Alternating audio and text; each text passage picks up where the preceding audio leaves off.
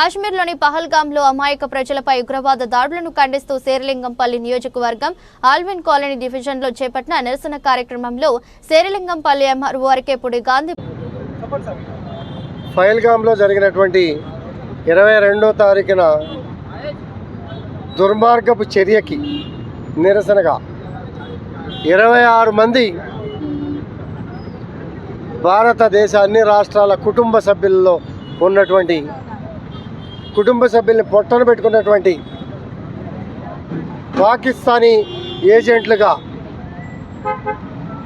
భారతదేశ కుటుంబాలని ఇబ్బంది పెట్టాలనే గత ఎన్నో సంవత్సరాల కుట్రల్లో భాగంగా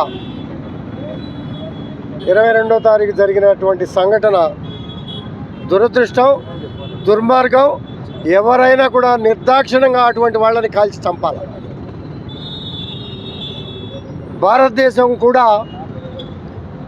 పార్టీలకు అతీతంగా ఈ చర్యని ఖండిస్తూ, కుల మతాలకు అతీతంగా ఇది దుశ్చర్య అని ముక్త ఖండంతో ఖండించే విధంగా కార్యక్రమాలు జరుగుతున్నటువంటి తీరు మీ అందరికీ కూడా తెలుసు. ఇదొక దుర్మార్గపు చర్య.